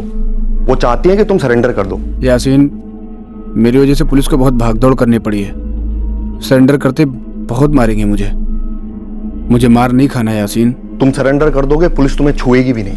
अच्छा, मैंने सुना है कि वो गिरफ्तारी से बचने के लिए कोई जमानत ले जाती है सरेंडर करने से पहले। वो मुझे दिलवा दो ना, मैं सरेंडर कर दूंगा। अमजद, मैं एक मामूली सा फैक्ट्री वर्कर हूँ, मैं कहाँ है ये सब। तुम नहीं यासीन, तुम किसी वकील से बात करो और उसको बोलो कि मेरा एक दोस्त है जिसे जमानत चाहिए जो गिरफ्तारी से पहले ली जाती है। उसे कुछ एंटीसिपेटरी बेल बोलते हैं, वो मुमकिन है क्या? एंटीसिपेटरी बेल चाहिए उसे हमारे डंडे से बचने के लिए। ये उतना भी अजीब और अचानक नहीं है, काफी शातिर बुद्धि है इस अमजद की। सर, इस बार मीरा रोड के किसी पीसीओ से फोन किया उसने। ये अमजद पीसी रिपीट नहीं करता है। सलाम। यासीन, ये तुम्हारा दोस्त अमजद कैसा आदमी है? साहब, मैं तो खुद थोड़ा हिल गया हूँ साहब। ये एंटीसिपेटरी बेल। हाँ साहब। साहब, ये कुछ होती है क्या? होती है, वो हम उसे दिलाएंगे। क्या साहब? एंटीसिपेटरी बेल दिलाएंगे। जो गेम ये हमारे साथ खेल रहा है वही गेम हम इसके साथ खेलते हैं, लेकिन हमें ये किसी भी हालत में हमारी कस्टडी में चाहिए। यार अमजद, यकीन कर मेरा, जमानत के कागज सारे रेडी किए हुए हैं, एक अच्छा वकील भी किया हुआ है। तुम्हें सरेंडर नहीं करना पड़ेगा। पहले तुम मुझे और एक वकील को बाहर मिलोगे, वहां से हम कोर्ट जाएंगे जहां पर तुम्हारी जमानत होगी। ये सब तुम्हें उस वकील ने बोला है मुझे बोलने के लिए कि तुम पुलिस वालों के साथ मिले हुए हो? सही है। पहले मुझसे मदद मांगते हो, फिर मेरे इरादों पर शक करते हो। नहीं यासीन, ऐसी कोई बात नहीं है। सर, इस बार नाला सुपारा से फोन था, पूरे शहर भर से फोन कर रहा है ये। अमजद, इसके अलावा तुम्हारे पास और कोई चारा नहीं है। सरेंडर कर दो, इससे तुम्हारी जिंदगी तो बचेगी, साथ में मेरी जिंदगी भी आसान हो जाएगी, जो इस वक्त मुश्किल में है तुम्हारी वजह से। अमजद, फोन पे हो? परसों मिलूंगा 2 बजे। कहाँ? Thane railway station, platform number 1। Sir, team के पहुंचने से पहले ही अमजद भाग गया। लगता नहीं कि फिर से वो उस पीसीओ पे मिलेगा। उसने परसों थाने स्टेशन आने के लिए कहा है सर, और इस वक्त हमारे पास उसकी बात पर भरोसा करने के अलावा और कोई चारा है भी नहीं। भरोसा करते हैं उस पर, और इस यासीन पर भी नजर रखते हैं।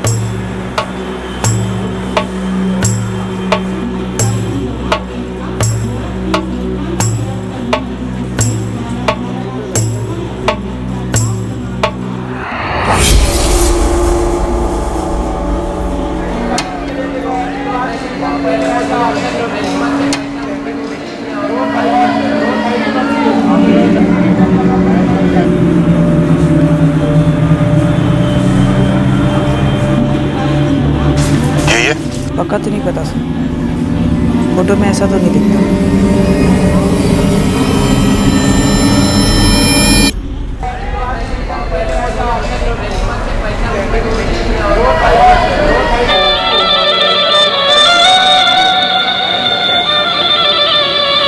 अमजद, अमजद,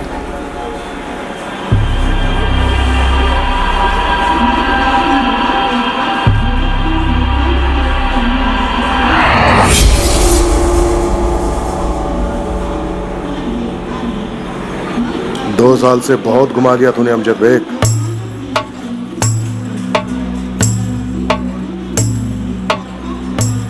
अरे कौन है आप लोग? अरे छोड़ो मुझे। अरे मैं कोई अमजद नहीं हूं मेरे भाई, आपको कोई गलत फहमी हुई है। सर, ये तो वही पुराना रंगर है कि अमजद नहीं है। सब बेसुरे को थोड़ा सुर में गवाते हैं, सब याद आ जाएगा। मेरी याद को कुछ नहीं हुआ है। मैं बोल रहा हूं मैं अमजद नहीं हूं। आप लोग को यकीन क्यों नहीं हो रहा है? तो फिर कौन है तू? दीपक सिंह नाम है मेरा। तो यासीन कौन है? महेंद्र सिंह धोनी? आप लोग को मजाक लग रहा है क्या? मजाक तो तू कर रहा है पिछले 2 साल से। अब तो पंचलाइन का टाइम आ गया है। आरती सर, मीना और रिया को बुलाओ, देखते उन्हें ये चुटकुला कितना पसंद आता है।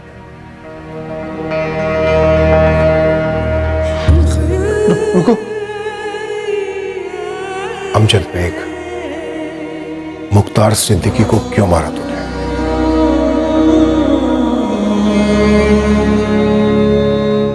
शैतान का साया था तेरे बेटे पर। बाबा मेरा एक ही बेटा था, बड़ी मन्नत था उसको मांगा था, उसकी भी मौत हो गई बाबा, सब कुछ खत्म हो गया बाबा। मालूम है बेटा, ये सब तेरे अपनों को किया कराया था बेटा। मैं क्या करूं बाबा, कोई तो उपाय होगा बाबा। अल्लाह उनको सबक देगा। क्या?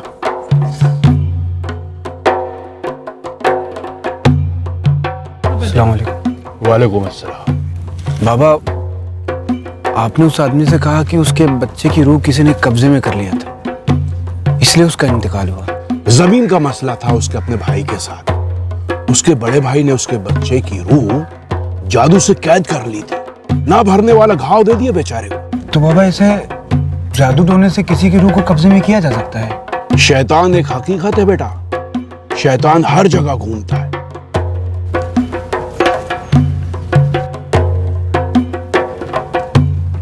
तुझे भी घाव दिया है शैतान ने। मसला मैं समझ गया, पहले तुम अपनी जुबानी बताओ, फिर मैं बताऊंगा कि उस मसले का तोड़ क्या है।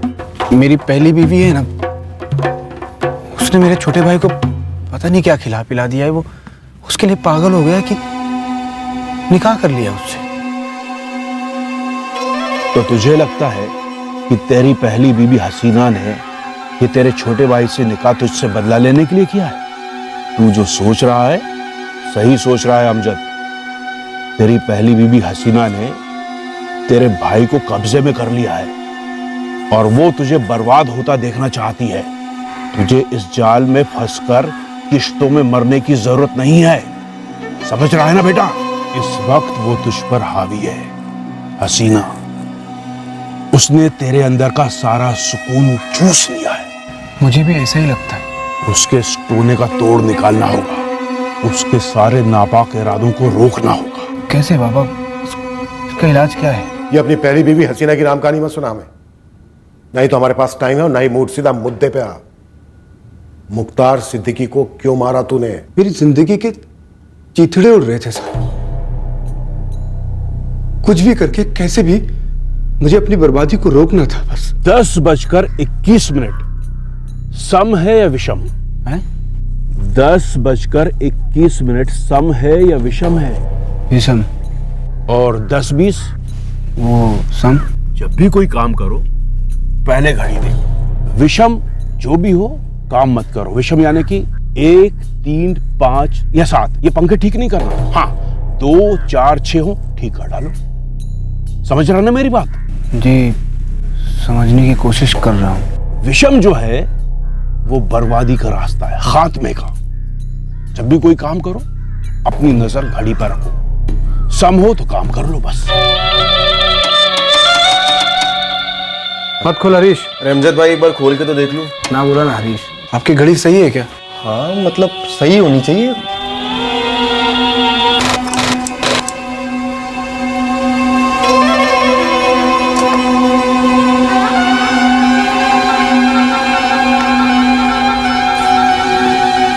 अमजद भाई वो कुछ बात करनी थी आपसे प्राइवेट में। बस 4 मिनट रुक, 12 बजेंगे तो बात करूंगा। अमजद भाई क्या हो गया आपको? सारे ग्राहक वापस जा रहे हैं, आप कोई नया काम भी नहीं उठा रहे हो। गंद साफ कर रहा हूँ हरीश, अच्छे काम के लिए जगह बना रहा हूँ। तो फिक्र मत कर, इंशाल्लाह बहुत बड़े बड़े काम आएंगे। बड़ा काम जब आएगा तो कर लेंगे, वो भी कर लेंगे, लेकिन तब तक जो अपना दाल रोटी का काम है उसको लात मारने से क्या मिलेगा अमजद? अमजद बेटा, हसीना जो कर रही है वो अलग, कोई अगल बगल है तेरे जिसने तेरी रोजी रोटी को बांध रखा है। दिमाग पर जोर डालकर सोच, वो शख्स कौन हो सकता है जिसने जादू से तेरी रोजी रोटी को अपने पास बांध लिया है? अच्छा, जैसे उस बच्चे के की रूह कब्जे में कर लिया था उसके ताऊ ने।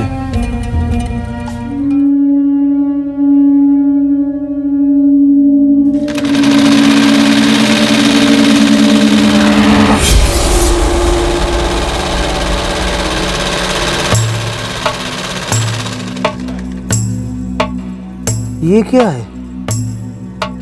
ये क्या बदतमीजी है मुख्तार? तो अमजद भाई, ये यहाँ क्यों फेंका? अरे मैंने नहीं फेंका, और मैं क्यों फेंकूंगा ये? तूने फेंका तो कैसे आ गया ये? अब अपने आप आ गया क्या? अमजद मियां, नशा वशा तो नहीं करने लगे आजकल? अरे ये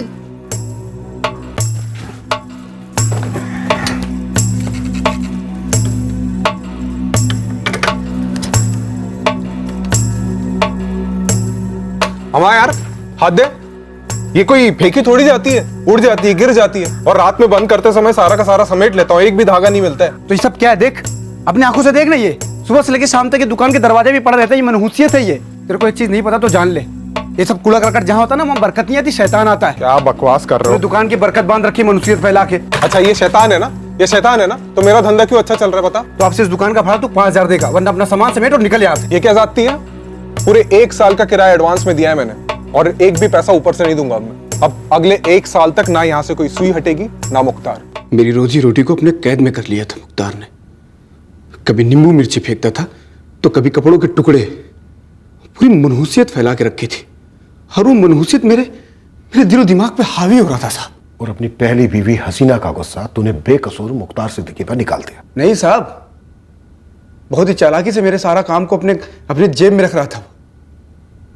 मैंने बड़े प्यार से समझाया उसे, बड़ी दलीलें दी कि इसे जादू टोने वाली चीजें मत फेंका कर, लेकिन सुनता ही नहीं साला शैतान का बच्चा। और उस दिन भी सुबह जानबूझ के वो काला कपड़ा फेंका था मनहूसियत फैलाने के लिए, और वो काला कपड़ा एकदम डरावना था।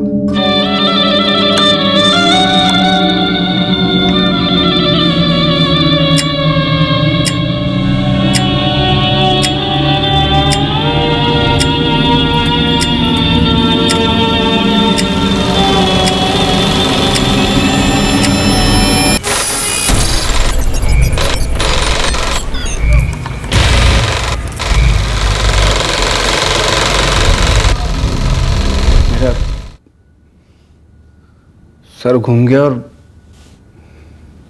चक्कू चल गई साहब। बस इतनी सी बात थी? इसके अलावा तेरी कोई दुश्मनी नहीं थी मुख्तार से? वो मुझसे भूल हो गई साहब। कहाँ था 2 साल? 2 साल कहाँ था? यही था मुंबई में। छोटा मोटा काम पकड़ता था और 2-2 महीने पे छोड़ देता था। कभी कभार गांव भी जाता था, अब्बू को गांव के बाहर बुला के उनसे मुलाकात कर लेता था। बस दिन रात एक ही बात सताती थी कि आज पकड़ा जाऊंगा, आज पकड़ा जाऊंगा। और तेरी बीवी मीना और बेटी रिया, उनका ख्याल नहीं आया कि क्या होगा उनका अब? ख्याल आया मैडम, बहुत ख्याल आता था। इसलिए मीना से कभी कभार फोन पे बात करता था, लेकिन मिलने की हिम्मत नहीं जुटा पाया कभी। उसने मुझे कभी नहीं बताया कि उसने मुख्तार भाई को क्यों मार डाला। तुमने भी हमें नहीं बताया कि अमजद तुम्हें पीसीओ से फोन क्या करता था। पता है, तुम पर भी चार्ज लग सकता है, एक खूनी को पुलिस से बचाने के लिए। आपके लिए वो सिर्फ एक खूनी है, लेकिन मेरे लिए वो मेरे शौहर है, मेरे बच्ची के बाप। और वो जब भी फोन करते ना, मैं उनसे यही कहती कि अपने आप को पुलिस के हवाले कर दो, जो भी सजा मिले उसे भुगत लो, हम जेल में मिलने आएंगे। ऐसे डर डर के मर मर के जीने का क्या फायदा? ऐसी जिंदगी तो मौत से भी बदतर है ना साहब।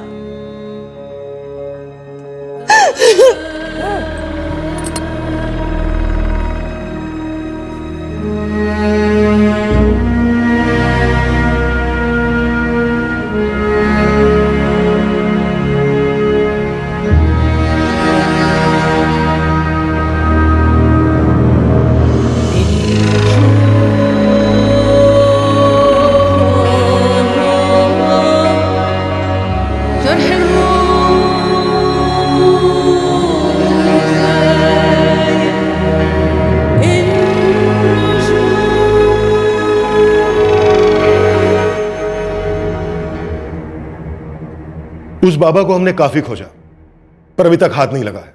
क्यों जाते हैं ऐसे ढोंगी बाबा के पास लोग?